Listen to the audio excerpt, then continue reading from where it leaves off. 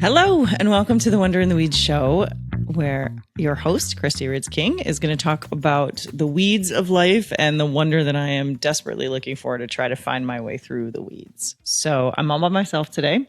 I know a lot of times on this show, I have my Gen Z co-host, Faith King, who is my daughter, but she is lately out busy. She's a busy girl working and auditioning, and she got cast in a show. So she's rehearsing, and she's also, just trying to do her thing as a young person. We've had a couple ships passing in the night conversations in the kitchen where we're like, we got to record. And then the life takes us away and we don't get a chance to. So I promise she'll be back with her perspective soon. And in the meantime, you just get me and all these snoring dogs on the couch with me. So it's just me today. But it's interesting because one of the things she and I talked about is sort of what we're going to talk about today, which is the idea of creativity and producing this kind of content and what happens when the world feels sometimes too heavy to do it, and the weeds of all of that, the weeds of those choices, the weeds of those decisions, the weeds of, being a creator of any kind. I don't even consider myself a creator because I'm not out there making amazing videos on Instagram or Reels or TikToks or any of that stuff. The things you see are clips from this show. So I kind of do one thing, but I have been, I've been a writer, really my whole life, a lot of times for myself, writing for my own sort of processing and getting through things. And then a lot of times for other people. I started blogging a million years ago.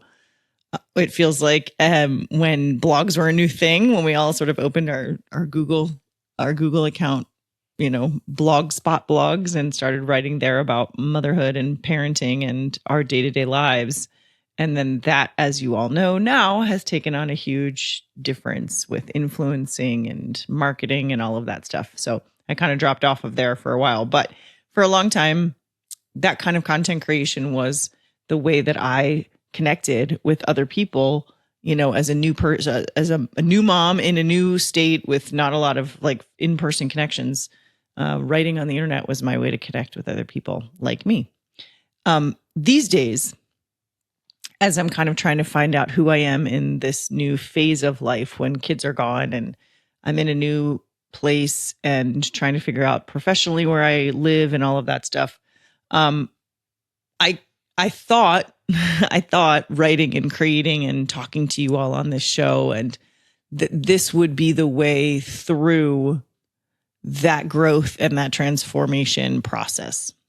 And I say transformation, that sounds very dramatic, but you know what I mean? This sort of growth that comes from like a new phase in life. And so it's been really difficult the last, month or so, when I am finding I don't have I don't want to say motivation, but I just don't feel the sort of creative like openness that I normally would or used to. And a couple things are happening. I'm calling this the weeds this week, but please be clear, I'm not complaining about any of it because these are all sort of wonderful problems to have. But I just wonder if there's other people out there who might relate to this. So I figured it was worth talking to. But there's two things I think that are going on. One is that just the obvious, the creativity piece of it. This is not something, I'm not a journalist. I'm not somebody who sort of investigates and has a process for how to present this information. And it's not news. It's just sort of musings and the musings of, what life is like as a mom, as a middle-aged woman, as a transplant to a new place, those kind of things, as a counselor and a psychologist. So I don't have a team that, helps me write or comes up with ideas or any of that stuff. I do have an amazing producer who puts all of this together for me afterward. I get to just come on here and sort of ramble on, and he makes it into something that is coherent and that you can listen to. And then he makes all the wonderful clips that go on social and everything else. So he just has that eye and that mind. I don't. The creativity for me is in the writing, and then the writing translates into the show. And lately, that creativity has not been, it's not that I haven't had the thoughts, it's that I haven't had the sort of follow through to sit down and flush everything out and make sure that it's all there and make sure that it's on schedule and that I'm posting when I'm supposed to and that I'm, following up when I'm supposed to and all of those things. And that's number one, the creativity piece. But I think the creativity piece is kind of, there's not as much room for it as there once was because I have multiple other things that are on my mind. And the second part of that has to do with the first part. So the multiple other things that are on my mind are not only personal in the where do I find friends? How do I get to be part of this community? What am I doing? Those sort of big existential things. And also the smaller stuff of, I've got company visiting this week and that's exciting. And also it means I better deep clean my house and make sure I have everything ready for guests and board the dogs and all of the things that go along with having people come and stay at your house. So it's little things like that just keep your mind busy. But then it's also bigger sort of existential things of when I sit down in front of my computer and I have to sort of think about what I want to say and write, I get overwhelmed by the sort of where am I, who am I, what do I even have to say of it all?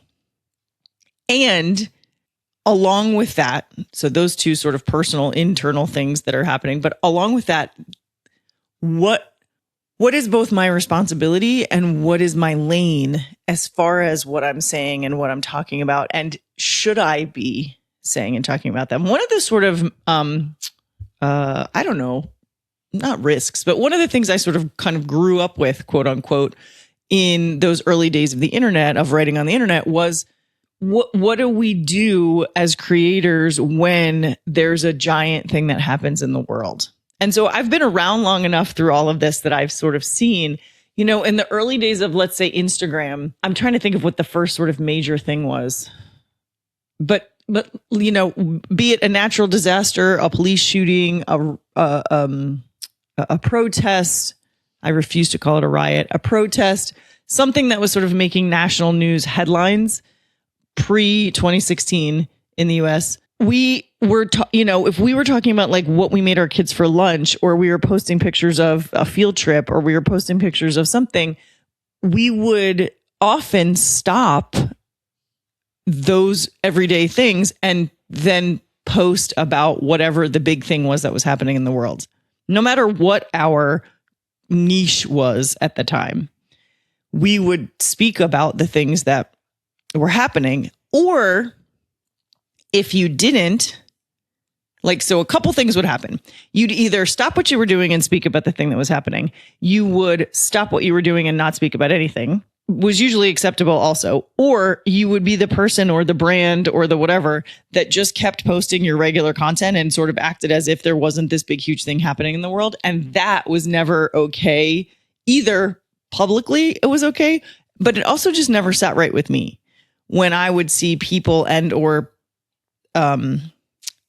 brands, bigger brands, just sort of continue their regular activity on this social platform without any kind of acknowledgement of what was happening. This is the early days, because then I think what happened was everybody started judging everybody no matter what they did, whether they did post about it, whether they didn't post about it, whether they stopped posting altogether for, whatever we deemed an appropriate amount of time to do that. And I think where I am now is I don't know, I don't want to say I don't know the rules, because I actually don't really care what the internet thinks.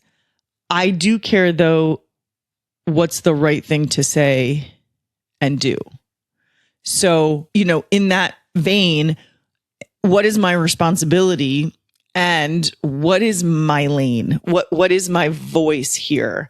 Again, I come on this show to talk about it. I write about sort of finding the wonder in the weeds, acknowledging broadly that there are so many weeds right now in life, not just the day-to-day, your own personal in your house weeds of I got to pay bills and I got to feed kids and I got to take care of things and I got to go to work and all of that, but also the more global and universal weeds of what's happening right now in this current political administration, current political climate. Gas prices are astronomical. Yes, they've fallen a little, but they're still very high. Nobody seems to care that things are high. We have health medical, insurance that's a joke in a lot of ways. Like there's so many things to be concerned about that it feels like as a creator, what's the right thing to do and say? And should I just keep posting my regular stuff, saying my regular stuff and not going into that direction because that's not my lane? Because now, back in the day, no one was really online in that way. Certainly, we didn't have the independent journalism that we have right now. We certainly didn't have the political creators like we do now, like where their entire niche is political, their entire lane is political. We didn't have that way back in the day, and now we do. And so for somebody who that's not my niche per se, but certainly everything that's going on could fall into my niche because they're weeds, but also they affect your parenting and they affect your, your day-to-day life and all of these things. That's a factor. And so I could be talking about it all, but also is my responsibility to talk about it, is my responsibility to continue talking about what I'm talking about as the coping things, or is my responsibility to sort of let the people who know more than me do the talking? But if I do that, does it look like I'm not acknowledging the problems?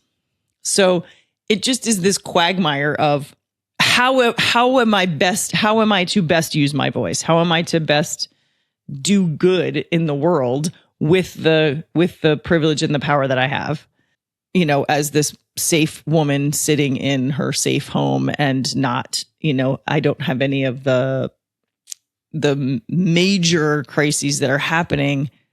I'm fairly buffered from.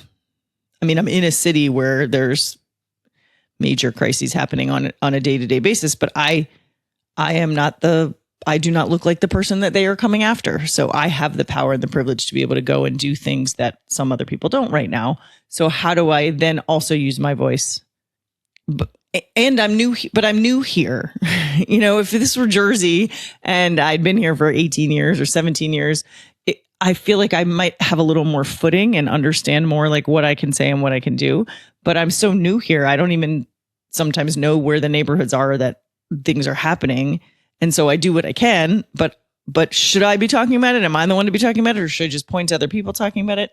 And then I find when I don't talk about it, I'm like, oh, this feels wrong too. Like I should be saying something. So for instance, I'm sitting here today recording this the day after 15 Minnesotans were activists, really is what they are. And I'm not even sure I don't even know that they'd all qualify themselves as activists. I think 15 people were arrested on federal charges that quite frankly all sounded made up, but obviously weren't, because these people were taken from their homes and arrested and they're it's all a spectacle. So I am going to talk about this for a minute. It's all a spectacle. There is a public press conference yesterday morning, I think, from federal prosecutor and someone else in charge of, I think, Homeland Security in the area. Both guys, names I know, I'm not even going to say them, but names I've heard before in all of this mess. I'm not that new here. And they talk about these people as if they are hardened criminals who have gone out and purposely tried to physically harm federal agents. So that happens first, the press conference. And then the next thing that happens is you see this video coverage of people being like, their houses are essentially being like broken into. In the worst cases. In the best case scenarios, you see people handcuffed and walked to their, so an unmarked vehicle. Again, they're not getting into police cruisers. They're not getting into obvious law enforcement vehicles. They're getting into, these unmarked like Dodge Durangos. And the people coming to get them are literally dressed like they are going into war. They are in full tactical gear. They're in full, they're fully armed to the teeth. They're in camouflage, which I still don't freaking understand, because you're in the middle of a city. I don't understand why you need green jungle camouflage on. Whatever. Sometimes they have desert camouflage. Either way, it doesn't make any sense. helmets, like full tactical gear. They come in and arrest these people. One guy was literally in shorts and a t-shirt. He had been at his desk working. He even said to the person videoing, "Can you call my boss and let them know this is going on? Because he probably just left a work call or something." Anyway, it's a spectacle. The whole thing is done for spectacle. By last night, 14 of the 15 people were released from detention because they had no reason to hold them. They're not hardened criminals. The only reason the 15th person wasn't released, we were told at least, was because they were brought in so late they weren't going to be there in time for the courthouse to process them. My point is, these are 15 individuals whose crime, quote unquote, was protecting their neighbors. That's why I say I don't even know if that they'd be call themselves activists. They were neighbors who saw, what was happening in January when ICE and Homeland Security were here, kidnapping people, essentially. They saw that and they either followed followed unmarked vehicles to make sure that people were safe. They blew their whistles to alert people that they were coming. They maybe stood on the sidewalk or the streets to keep people from going into homes, because when you don't have a warrant, you shouldn't get to go into a home. So they're quote, like I said before, their quote unquote crimes are protecting their neighbors from federal law enforcement assault. And yesterday they were arrested in a big giant spectacle to show, might that, this federal government is going to go and arrest. Meanwhile, 2 people were shot in the street by federal officers, and there is zero information on investigation into those people and their crimes, because they murdered people in the street. So there's crimes, zero investigation. The state is trying to gather evidence, but the federal government is not allowing the state to see the evidence that they supposedly have already gathered. And they keep talking in vague terms about investigating these people. So 2 people murdered people in the street, no investigation. 15 people blew some whistles, stood on a sidewalk, and they were all arrested yesterday on federal charges. And here I sit thinking I'm going to come on and talk about, I don't even remember what my topic was supposed to be today. I think I was going to talk about, had just spoken about curiosity because of the stuff that was going down at the detention center in New Jersey. Like an episode that airs today when I'm recording this, an episode aired today where I talk about nuance and curiosity and how curiosity comes from a place of safety. And if you don't have the privilege of that safety, then chances are good that you're not going to be so curious about things that are outside of your sort of locus of control. So I know that episode's airing and all this stuff is happening. And I think, what am I going to talk about? Because how am I going to talk about nuance and curiosity when now the people who do have the privilege, we have the privilege to be able to blow whistles and follow vehicles and whatever. And I'm talking to white people. I'm talking about white people. I'm talking to white people. I'm talking to middle-class white people. We have the privilege to be able to do these things because we're not on the targeted list. But now, apparently, we are on the targeted list because if you do the things that we have the privilege to do, stand up, fight for your neighbors, scream and yell when you see injustice happening, you're now on the list. You're now targeted. I'm not saying this to say stop doing it. I'm saying what happens then for me is I think, well, what do I do here? Do I just shut this whole thing down? Because who am I to talk about what I'm reading, watching, and listening to? Or who are we, Faith and I, to talk about like our Gen Z, Gen X perspective on things when this is the way, the world we're living in? She even said to me yesterday when we talked about recording, she's like, well, we got to talk about ICE and we got to talk about all the stuff that's going down in Minneapolis because how can we not? And I was like, you're absolutely right. How can we not?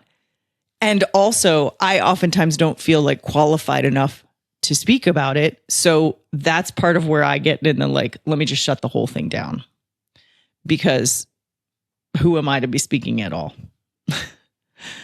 And so that's the sort of weeds this week. The weeds are like, what do we do? What do we do in the face of not just smaller, personal weeds, but what do we do when the weeds of this giant global existential crisis are right outside our door or affecting our neighbors or affecting people we care about and love? What do we do? And I'm just talking about one thing right now. I'm laughing because it's so overwhelming. I have to sort of chuckle a little. I'm just talking about the ICE issue and the immigration issue and the violence and the hate and the hateful rhetoric and all of the other things that people aim toward folks just trying to come to this country for I don't know, a different life. I don't even want to say better anymore because it's certainly not a better life these days, but a different life. That's one thing. Like, forget about the fact that we're in a needless war that supposedly maybe is over, but they won't tell us any details about why it's over or how it's any better than what was there before the war. You know, prices are astronomical, jobs are down, like those sort of things. Also, you know, trans, we're in Pride Month and LGBTQ folks are, you know, being targeted. Trans children are being targeted by, you know, hate groups and regular everyday citizens who were told they're supposed to hate them. So that's a whole other issue. You know, I've got a trans kid.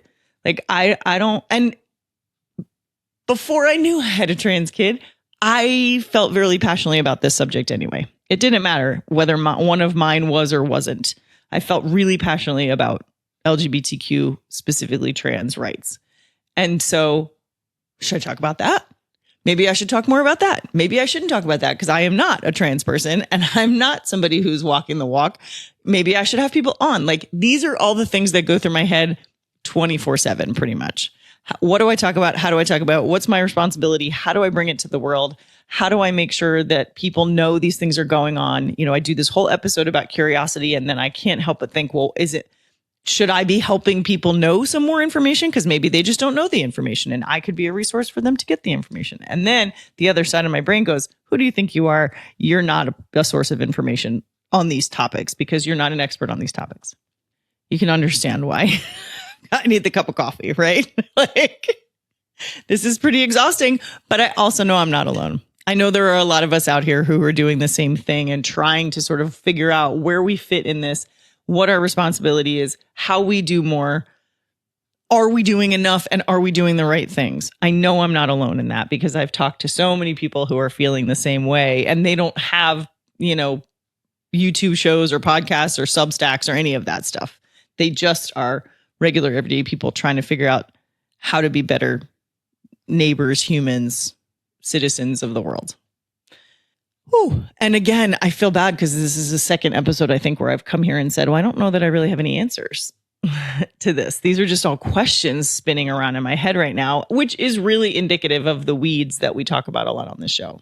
A lot of times we don't have the weeds, and sometimes the wonder doesn't have anything to do with the weeds. It's just the wonder that we need in the moment to help us dig and sift through the weeds. I think maybe that's some of what I'm like processing in real time with you is it still worthwhile looking for the wonder when the weeds feel so thick and so hard to see through? Should I be doing something else besides, you know, saying, hey, look at this pretty sunset? Or here's what I did to feel better this week. Is that selfish? Is that like wrong headed? Is it in the wrong direction? So I've been thinking about this a lot lately, as you might imagine, especially in light of the stuff that went down yesterday. And part of that is because of like what we do as humans, right? Like ICE never left here. The news stopped covering ICE being in Minneapolis, but ICE never left Minneapolis. They got a little quieter. No one's been shot in the street lately, but there are still a lot of people very afraid. There are still a lot of people who are, quote unquote, doing it the right way, who are very afraid to just live their lives because it doesn't seem to matter anymore if you're doing it the right way. If you're 20 years a citizen here and, you know, going through all the proper channels and the paperwork, and it's not your fault that it takes so freaking long. It's the systems that we have in place that are broken that take so freaking long. It's still here. They're still here. Their presence is very much felt. It is not as intense minute to minute as it was in January, but it is not gone. Make no mistake, they are not gone. Nor are the protesters. And I still get emails every single week about a protest that's going on right in my town. I haven't been in a few weeks. I haven't been in a while, actually. But but I still get the emails and they're still happening. And there's still people in front of the Whipple building. And there's still people, Haven Watch is still very much in need. They're the folks who pick people up from the detention center and get them wherever they need to go because nobody does that for them. They just kind of put them at a back door and leave them alone. My point is, the news stopped covering what was going on here in Minneapolis, but it has not stopped going on here in Minneapolis, St. Paul, the suburbs, surrounding suburbs. And I've heard too from people in Chicago and people in Los Angeles and all of the other places that we saw, these really big moments of presence. I've heard from all those people, they're not gone from there either. So not only have I been going to the games for a little bit of energy, but the sort of wonder of this rising of women's sports and the consuming of women's sports and the sort of the growth of women's sports has been really amazing too. And I've been listening to podcasts and watching shows and checking stats the next day and all things that like just aren't really something that I've ever done before. So it's been really fun. And it is existing at the same time as all of this sort of existential dread and confusion and what do I do and how do I do it? And when all these things seem really bad in the world, I have this other like bright light that I am relying on right now to help fuel me to keep fighting this stuff on the other side. So the wonder isn't really in the weeds. There's nothing in this weeds that I can like find to be the bright spot, but I can get out of them for a little while and go fill up on the bright stuff and go fill up on the stuff that makes me, that fortifies me to go back into the weeds and fight my way through them. So it's a little different than the way I've been talking about it before. There is no, there is no sort of bright spot in the thing, in the fight, in the weeds themselves. But there are, if I can lift my head up a little bit and look outside the weeds, there are bright spots out here that I can take with me back in for the fight and for and to fortify me for that. So, I started this off by saying, like, I have a lot of questions about what I'm doing and how I'm doing it, and should I be doing it differently, and what is my responsibility versus what should I sort of back away from? And I can honestly tell you, I'm not exactly sure the answers to any of those yet. But for now, I will keep coming here and keep sharing my experiences and my walkthrough and my observations and musings on, the weeds and where the wonder is, so that we can get back in and do the work. And I hope that's enough for now. All right. Thanks for listening. We'll get to reading, watching, and listening to in a sec. Okay. So the segment for reading, watching, listening to, I actually have something for all of them this time. Usually I only pick one, but it's been a fun couple of weeks. And so as you just heard, what I'm watching is sports. We're not only watching Lynx games and going to and checking on WNBA games, but because my son is home, and I sort of joked about this on Instagram, I am so desperate to spend time with him that I will watch whatever he puts on TV. And currently that is anything from San Francisco Giants baseball, or really any baseball he can find on TV, quite frankly, or any game in the World Cup. Now, mind you, I am super excited about the World Cup. Always am. I'm much more excited about the Women's World Cup, but I'll take the Men's World Cup too. We have been talking about it for months. We've been talking about it for years, actually, because when we still lived in Jersey, we really thought we would be able to go. And so I was like scheming ways to get tickets for them. And then we moved. And so it didn't matter. But we've been talking about it forever. But I'll be frank, I love the end stages of the World Cup. I'm not really into the whole group stage, where it feels like there's a game on every 7 minutes and it's countries that I don't know anything about, their teams. I don't really know much about a lot of the teams, but like, yeah, there's just a lot. Like the other day, I think Cote d'Ivoire was playing someone. I don't even remember, they were playing someone like Senegal or something. I don't remember, but that was on our TV. So he knows when they're on. He'll come and say like, this team's playing this team, and he just knows everything about what's going on right now. And so I've been watching a tremendous amount of football, world football. It feels like you should call it football when it's the World Cup, because that's what the rest of the world calls it. So it feels like we should call it football when it's the World Cup. So I've been watching a lot of that. We've been watching a lot of WNBA. We, of course, consumed the Knicks San Antonio Spurs NBA championship. Again, I was not an NBA person.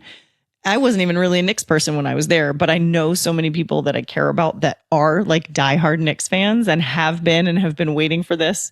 Also, my sister-in-law is a Villanova grad and has been sort of, there's 3 guys on the Knicks that went to Villanova, and she has been like injecting that joy into our veins since they all became Knicks. So it was just a fun, I feel like I should do a whole separate episode about it because it feels like there was so much more to that game than just the game, but that was great fun. So what I'm watching recently is sports. So I can't recommend anything, but I will tell you it's a nice escape every now and then. And it's a great way to connect with your kids if they are home from college and you have nothing else to talk about. So that's what I'm watching. I am listening to a couple, like I said, I've replaced a couple of my political podcasts with, and don't worry, I'm still consuming plenty of news and plenty of political stuff. It keeps me up at night, but I thought, well, it might be nice to listen to something completely different. And so I'm listening to a podcast called Post Moves. It's a WNBA centered podcast, Candace Parker, and Aaliyah Boston is mentioned in it, but Aaliyah Boston is playing currently. So I don't know how often she's actually on the podcast, but she has been on a few times. But Candace Parker is the sort of main person there. But it's called Post Moves. And the most recent one I listened to was an episode with Leslie Jones, who it was just everything about it was enjoyable. The discussion of the game, the discussion of them as athletes, the discussion of just the WNBA, and it was great. And Leslie Jones is hilarious. So it was just a good, fun episode to listen to. And then I just finished reading, as a way to torture myself, a book called Have a Great Summer by Francesca, I think it's Cocchi, Cocchi, Chochi, I don't know, Kachi maybe.